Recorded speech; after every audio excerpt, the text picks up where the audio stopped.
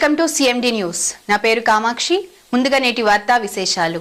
కావలి rural మండలం చెన్నాయిపాలెం గ్రామంలో TDP మాజీ సర్పంచ్ దళిత నాయకుడు అరగల కృష్ణయ్యపై జరిగిన దాడిని టీడీపీ ఎస్సీ నాయకులు తీవ్రంగా ఖండించారు.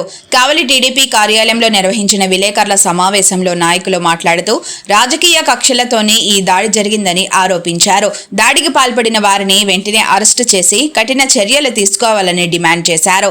దళితులపై దాడులు, బెదిరింపులు కొనసాగితే సహించబోమని హెచ్చరించారు.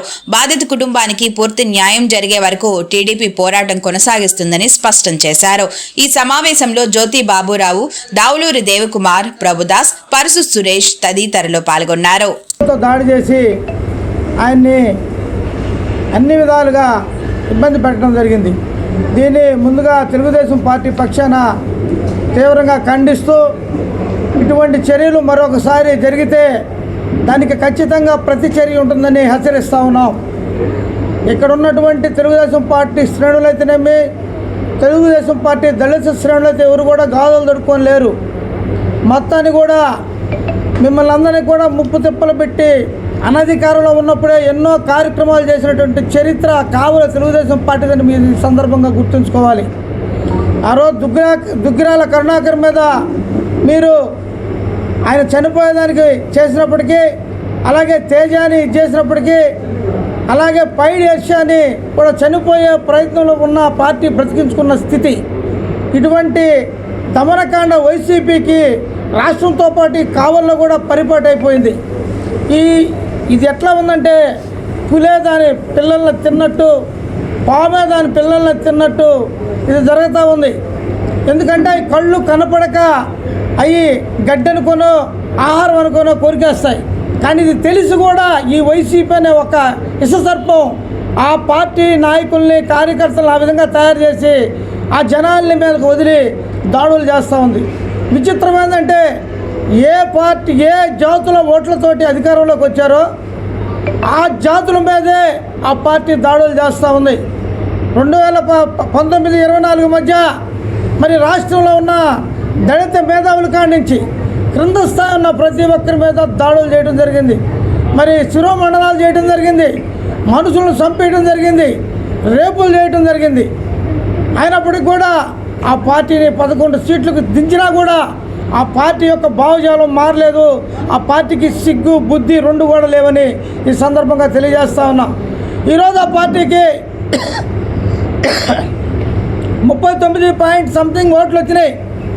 దాంట్లో సింహభాగం దళితులు ఏముంటాయన్న సంగతి వాళ్ళు మర్చిపోవద్దని సందర్భంగా తెలియజేస్తామన్నా. ఏ పార్టీ వాళ్ళు ఏ వర్గంతో పార్టీని పెట్టుకున్నారో ఆ వర్గం వారు ఓట్లైనప్పటికి కూడా మీరు ఏ సామాజిక వర్గం మీద దాడి చేశారో ఆ సామాజిక వర్గం ఓట్లతోటే మీకు ఆ స్థాయి ఓట్లైనా వచ్చినాయి. లేకపోతే మీకు 25%కే మీ యొక్క స్థాయి దిగజారు ఉండాలి. ఇక్కడే కాకుండా రాష్ట్రంలో వైసీపీ పార్టీ జగన్మోహన్ రెడ్డి మరి రాజకీయాల్లోకి వచ్చినప్పటి నుంచి కూడా ఒక ఫ్యాక్షనిస్ట్ రాజకీయాల్లోకి వస్తే ఏ విధంగా ఎలిమినేట్ చేసుకుంటూ పోతారో, ఒక ఫ్యాక్షనిస్టు రాజకీయాల్లోకి వస్తే వాడి యొక్క ఆర్థిక ధనదాహం ఏ విధంగా ఉంటుందో అదేవిధంగా రాజకీయాల్లో జగన్మోహన్ రెడ్డి అనధికారంలో ఉన్నా అధికారంలో ఉన్నా ఆయనే ముఖ్యమంత్రి అనుకుంటున్నాడో, లేకపోతే భారతదేశంలో పెద్ద ఫ్యాక్షనిస్ట్ అనుకుంటున్నాడో, ఆర్థిక ఉగ్రవాది అనుకుంటున్నాడో తెలియదు. కానీ మొత్తానికి జనాన్ని భయభ్రాంతులు చేసి గందరగోళం సృష్టించాలనే సందర్భంలో రాజశేఖర రెడ్డి కుమారుడు జగన్మోహన్ రెడ్డి ఉన్నాడని సందర్భంగా తెలియజేస్తూ, కావలి శాసనసభ్యులు ఆయన శుద్ధపూస, చూసేవాళ్ళకి అతి మెత్తగా కనిపిస్తాడు, ఎంత గౌరవంగా చెప్తాడో. ఆయన చూస్తే పాపం అయ్యో పాపం ప్రతాప్ రెడ్డి అనిపిస్తాడు.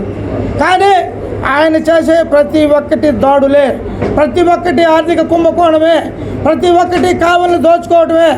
దళితుల మీద దాడులు చేసి ఆ దాడులను పురికొల్పి వాళ్ళ మీద రాజకీయంగా వాళ్ళు ఎలిమినేట్ చేసి ఆ ప్రాంతాల్లో వాళ్ళందరూ కూడా భయభ్రాంతులు చేసి రాబోయే స్థానిక సంస్థల ఎన్నికల్లో మరి గెలవాలని ప్రయత్నం చేస్తూ ఉన్నాడు ప్రతాప్ రెడ్డి. ఇటువంటి వ్యక్తులు సంఘ ద్రోహులు, సంఘంలో ఇటు చీడ పురుగులు, ఇటు వాళ్ళు ఉంటే శాంతి పద్ధతులు క్షీణిస్తాయి.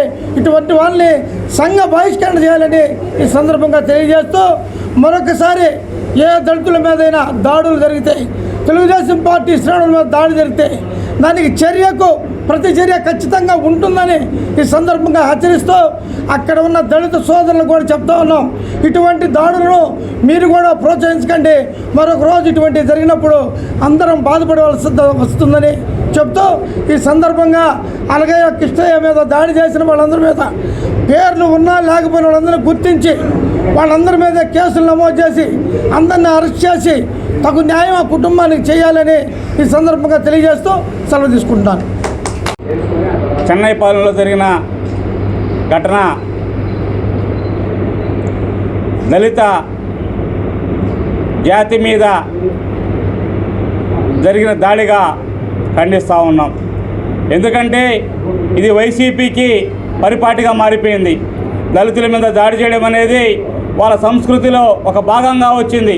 రౌడీ మోకలు అరగల కృష్ణయ్యపై దాడి చేయడం అనేది అసలు ఎంత బాధాకరమైన విషయం అంటే, సోమ్యుడు ఆ ఊర్లో మంచి పేరున్న వ్యక్తి, అతను రాజకీయంగా ఎదిగితే వాళ్ళకి ఎక్కడ ఇబ్బందని అతన్ని అణచాలని చెప్పి ఆ రౌడీ మొక్కలు సన్నిపోయిన ప్రసాద్, సన్నిపోయిన ఉమామహేశ్వరరావు, సన్నిపోయిన నిఖిల్ వాళ్ళ కుటుంబ సభ్యులందరూ కూడా దాడి చేశారు.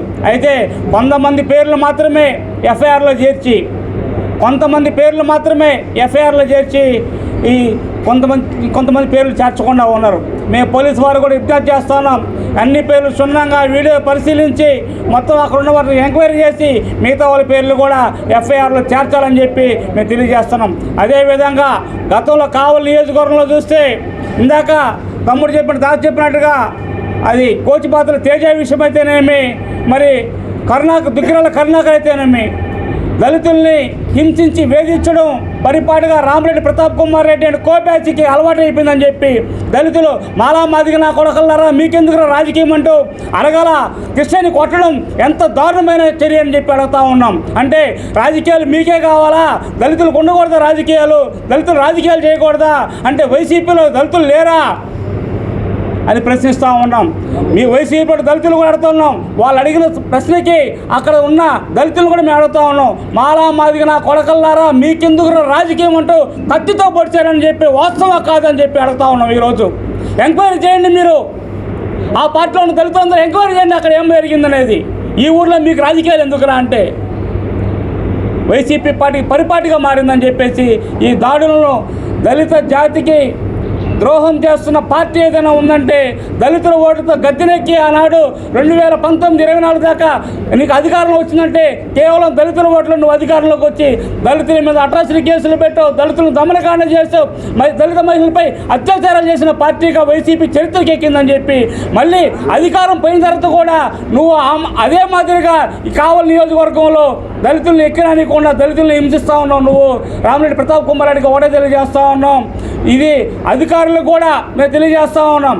ఈ విషయాన్ని నారా చంద్రబాబు నాయుడు దృష్టికి అలాగే నారా లోకేష్ బాబు గారికి దృష్టికి, మంత్రి హోంమంత్రి అనిత గారి దృష్టికి కూడా ఈ విషయాన్ని తీసుకోపోతామని చెప్పి మేము తెలియజేస్తూ ఉన్నాం. ఈ విషయంలో అరగల కృష్ణకి న్యాయం జరగాలని వెంటనే ఎవరైతే వాళ్ళు ఉన్నారో వారి మీద వెంటనే కేసులు కట్టి అరెస్ట్ చేయాలని చెప్పి ఎస్సీసీఎల్ తరఫున తెలుగుదేశం పార్టీ తరఫున డిమాండ్ చేస్తూ ఉన్నాం. మొన్న 8వ తేదీ చెన్నైపాలెంలో జరిగిన సంఘటన గురించి మేము చాలా బాధపడుతూ ఉన్నాం. దీనిని ఎస్సీసీఎల్ రూరల్ మండల అధ్యక్షుడిగా నేను తీవ్రంగా ఖండిస్తున్నాను. చెన్నైపాలెం అరగల కృష్ణయ్య అనే అతన్ని వైసీపీ నాయకులు కత్తితోటి దాడి చేశారు. ఇది చాలా బాధాకరమైన విషయం. అంతేకాకుండా కులం పేరుతో దూషించి దళితుడైన ఆ కృష్ణయ్యను కులం పేరుతో దూషించి నీకు అవసరం అంటారా రాజకీయం అని చెప్పేసి అక్కడ సందర్భం కూడా కాదు.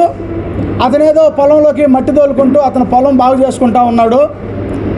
ఆ వచ్చే టిప్పర్లకి వీళ్ళు బండులు అడ్డం పెట్టేసి కావాలని ముందుగానే కత్తులతోటి వచ్చేసి అతనిపై దాడులు చేశారు. ఇది కరెక్ట్ కాదు. దీన్ని మేము ఖండిస్తున్నాం. ఎస్సీసీఎల్ రూరల్ మండల అధ్యక్షుడిగా మేము తీవ్రంగా ఖండిస్తున్నాం. అంతేకాకుండా ఇది ఇప్పుడే కాదు, గతంలో కూడా చనిపోయిన ప్రసాద్ అనే అతను ఇట్లానే ఎస్సీలని దూషించాడు. అది అంతకుముందు హల్చల్ అయింది. మళ్ళీ ఇప్పుడు వాళ్ళ తమ్ముడు ఉమామహేశ్వరరావు, ఇతను టీచర్, ఇతను తెలుగు ఉపాధ్యాయుడు అయినప్పటికి కూడా ఇతను అవన్నీ పక్కన పెట్టి రాజకీయాలకే అతీతంగా ఉండి అతను వైసీపీకి సపోర్ట్ చేస్తూ ఈయన మీద అరగల కిష్టయ్య మీద దాడి చేయడం జరిగింది. అంతేకాకుండా కిష్టయ్యని వాళ్ళు ముందుగానే ఒక ప్లాన్ ప్రకారం వచ్చి చనిపోయిన ప్రసాద్ కొడుకు, వాళ్ళ తమ్ముడు, ఇంకా ఇద్దరు వాళ్ళు కూడా అన్నదమ్ముళ్ళే, చిన్నాయన పెదనాయన పిల్లకాయలు, వీళ్ళు అందరూ కలిసి అతని మీద దాడి చేశారు. ఇంకొక విషయం ఏంటంటే ఈ అరగల కిష్టయ్య అనే అతను చాలా సౌమ్యుడు. అతను ఏదైనా గొడవలకు పోయే వ్యక్తి అన్న అయితే సరేలే ఏదో జరిగింది అనుకోవచ్చు. కానీ దీనికి అంతటికి కారణం మొన్న రామిరెడ్డి ప్రతాప్ కుమార్ రెడ్డి గారు ప్రెస్ మీట్లో జనాల్ని రెచ్చగొట్టే విధంగా ఆయన ప్రెస్ మీట్ పెట్టారు. అక్కడి నుంచే వీళ్ళు రానున్న ఎన్నికలకు ముందుగానే భయభ్రాంతుల్ని చేయాలా అనే విధంగా వీళ్ళు సందర్భాలు లేకుండానే దళితులపై దాడులు చేస్తున్నారు.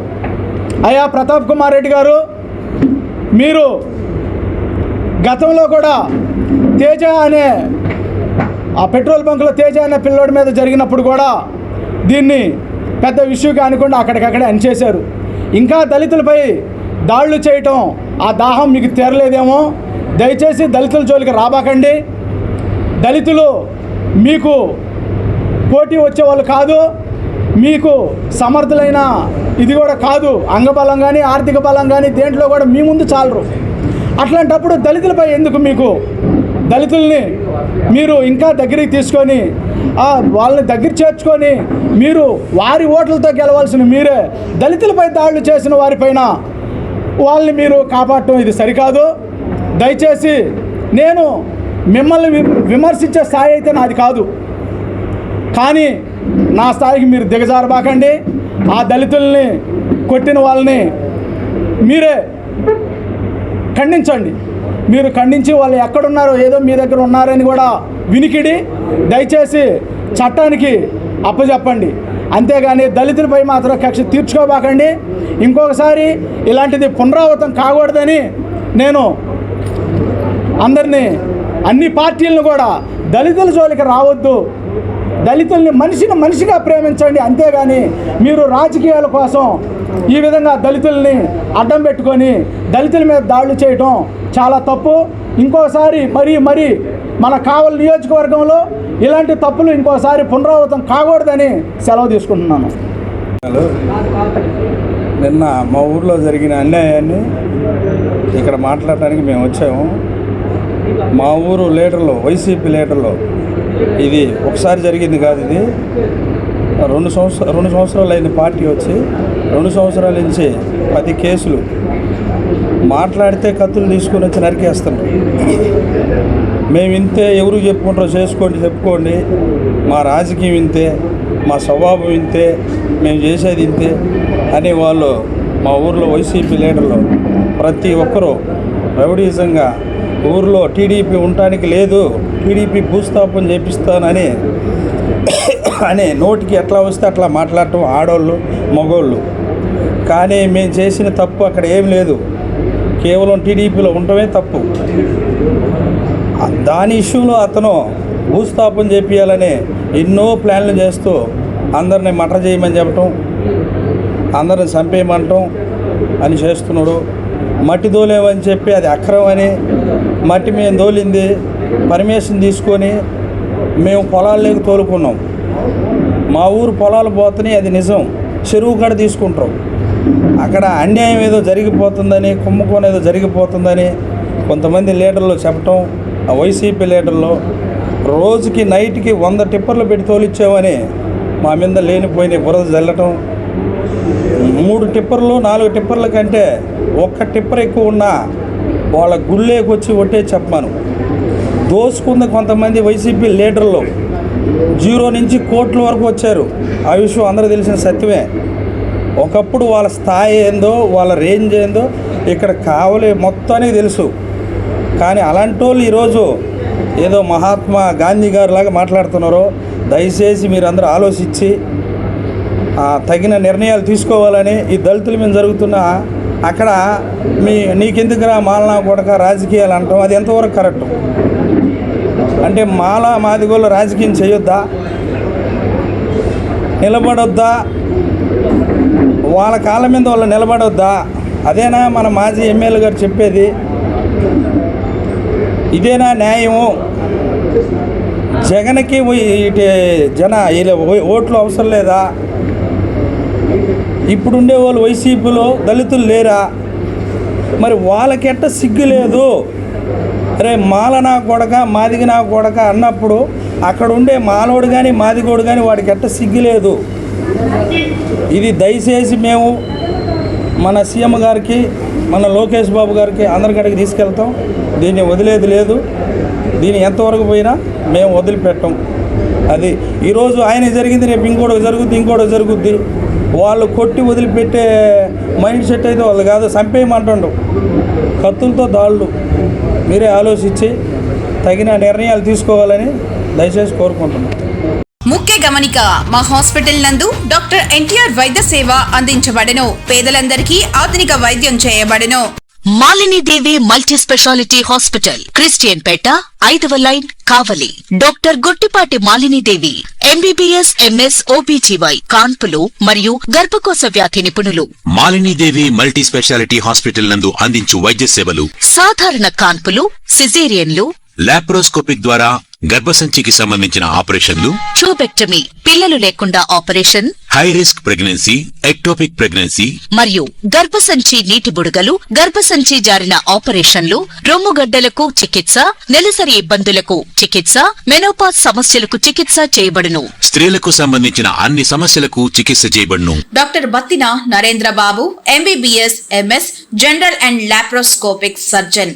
లాప్రోస్కోపిక్ ద్వారా అపెండిసెక్టమీ, 24 గంటల కడుపు నొప్పికి చికిత్స, హెర్నియా మరియు పిత్తాశయంలో రాళ్లు తీయబడెను. వరి బీజం, హెర్నియా, నరాలు ఉబ్బడం, హైడ్రోసెల్, థైరాయిడ్ ఆపరేషన్లు చేయబడెను. Malinidevi multi speciality hospital, Christian Peta, 5వ లైన్, కావలి. ఫోన్ నంబర్స్ 9398665676 మరియు 08626245167.